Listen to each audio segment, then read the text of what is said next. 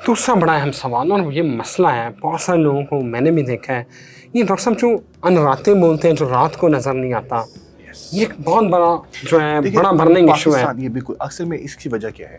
इसकी वजह ये है कि कज़िनल मैरिज होता क्या है पाकिस्तान के अंदर, हमारे फैमिली सेक्ट्स हैं, पूरी दुनिया के अंदर देखा जाए नॉर्मली अब मतलब ये चेंज होते जा रहे हैं। इवन सऊदी अरब के अंदर तो उन्होंने काफ़ी हद तक कानून साजी भी कर दी है इस हिसाब में। पाकिस्तान के अंदर भी किसी हद तक अब कानून साजी इस रस्ते में है और गवर्नमेंट का एक इनिशिएटिव अभी इस वक्त रिसेंटली मैंने पढ़ा था कि गवर्नमेंट हैज़ टेकन इनिशिएटिव कि निकाह खानों को मेक श्योर किया जाए कि वो फर्स्ट कज़न मैरिजेस को इतना ज़्यादा एडवोकेट ना करें। ये बेसिकली एक जीन है जो फैमिली में ट्रैवल करता है। ये हमारे बच्चों के लिए तो कुर्बानियां माएँ और खाला और मासियां ही देती हैं, खाला फतियां मासी, देती हैं। एग्जैक्टली। अब जैसे gene called retinitis pigment, RP gene, RP gene जो है वो ट्रांसमिट होता है फीमेल को अगर हो तो इसका मतलब है कि वो डबल डोमिनेंट जीन है, दोनों तरफ से आया है। मेल को मैनिफेस्ट होता है, यानी कि बच्चे जो लड़के होते हैं उनको वो आता है, ठीक है, मैनिफेस्ट, और फीमेल कैरियर होती है नॉर्मली, लेकिन एट टाइम्स फीमेल भी इफेक्टेड हो जाती हैं। अच्छा, अब होता क्या है, बच्चा जब पैदा होता है तो पैदाइशी तौर पे उसकी नज़र ख़राब नहीं होती, उसको नज़र आ रहा होता है, चीज़ें पता चल रही होती हैं 7 से 8 साल। अब इसके आगे से 4-5 वेरिएंट्स हैं। वेरिएंट से मुराद ये है कि उस जो जीन है ना, उसके आगे से एक जीन है जो बहुत सख्त जीन है, ठीक है, ऑटोसोमल रिसेसिव बहुत ज़्यादा, उसके बाद फिर ऑटोसोमल डोमिनेंट, फिर ऑटोसोमल रिसेसिव, फिर एक्स लिंक्ड, यानी 4 से 5 ही वेरिएंट्स हैं।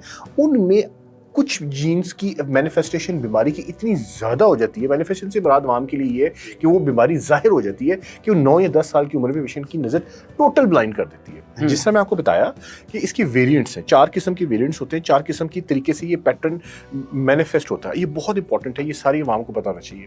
फिर उसके आगे से मुख्तलिफ किस्में हैं, मतलब पैटर्नवेली सिंड्रोम हो सकता है, उसके साथ रेटिनाइटिस पिगमेंटोसा होता है, उसके बाद मैकुलर स्पेयरिंग के साथ और बड़े। अच्छा, अब होता क्या है कि एक अंदर आता रेटिनाइटिस पिगमेंटोसा, उसके अंदर 9 साल या 10 साल की उम्र में बच्चा टोटल ब्लाइंड हो जाता है, सिर्फ रोशनी का पता चलना है और उसके बाद रोशनी भी खत्म हो जाती है। कुछ कंडीशंस ऐसी हैं जो 20-21 साल 22 साल तक पेशेंट को नजर आता रहता है, सिर्फ ये कि कम रोशनी में उसको डिफिकल्टी हो रही होती है पर नजर आ रहा होता है, और फिर 25-30 साल 40 साल की उम्र में वो बढ़ता है और फिर 40-45 साल की उम्र में उसकी नज़र चली जाती है। कुछ होते हैं जो 40-45 साल की उम्र में जाहिर होते हैं और फिर 50-60 साल तक उनको नज़र आता रहता है। अब हमारा जो टॉपिक ऑफ इंटरेस्ट और जिसमें हमारे पास पेशेंट्स आते हैं वो होते हैं या 9 साल वाले या 20-21 साल वाले। इसमें क्या होता है कि वो सेल्स जो रॉड सेल्स होते हैं, रेटिनाइटिस मतलब पिगमेंटोसा वो है जो बेसमेंट मेम्ब्रेन की बीमारी है, सेल रिप्लेस नहीं हो रही होती, यानी कि रिप्लेस होने के बाद जो नए बनने होते हैं कुदरती तौर पर वो बन नहीं रहे होते, उस वजह से रात के वक्त नजर आना शुरू में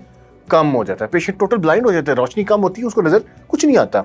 उसके बाद थोड़ी सी बेहतरी होती है, फिर थोड़ी सी बेहतरी होती है, फिर थोड़ी सी, और एटलीस्ट एक स्टेज आती है जिसमें उसको दिन के वक्त भी नजर आना खराब हो। अच्छा जी, ये जो अनराते होते हैं ये दिन में भी आना बंद हो सकता है। अल्टीमेटली उनको दिन के अंदर नजर आना भी, जब कोन्स की तरफ आता है सेंटर पे वो भी डिस्ट्रॉय हो जाता है। अब हमने ऐसे पेशेंट्स के लिए क्या करना, ये सबसे इंपॉर्टेंट क्वेश्चन है। इस वक्त हमारे पास सपोर्टिव थेरेपीज हैं, सपोर्टिव थेरेपीज और पूरी दुनिया के अंदर जिस तरह बाकी है low vision aid. Low vision aid से मुराद ये कि एक पेशेंट जिसकी नज़र कम है तो उसको हम खास किस्म के अदसे, खास किस्म की टेलीस्कोप्स, खास किस्म का नज़दीक पढ़ने का चश्मा या नज़दीक पढ़ने का ग्लास वो दिया जाता है। ये शुरू की बातें होती हैं, लो विजन एड्स आवाम के लो vision add number 1।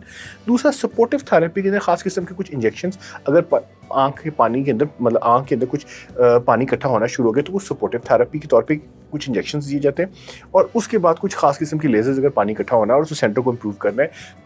Third number के ऊपर जो सबसे ज़्यादा इंपॉर्टेंट है, at times you do give stem cell therapy. Stem cell therapy या जीन या एक्सोसोम थेरेपी या ये एक टॉपिक ऐसा है जिसके ऊपर अभी हमें बहुत सारा टाइम है।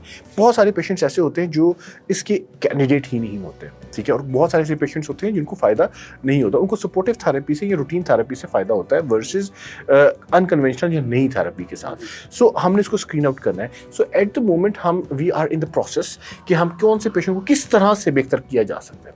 उसमें हमारे पास सपोर्टिव थेरेपी नंबर 1 लेजर्स किस हिसाब से 2, और तीसरे नंबर के ऊपर लो विजन एड।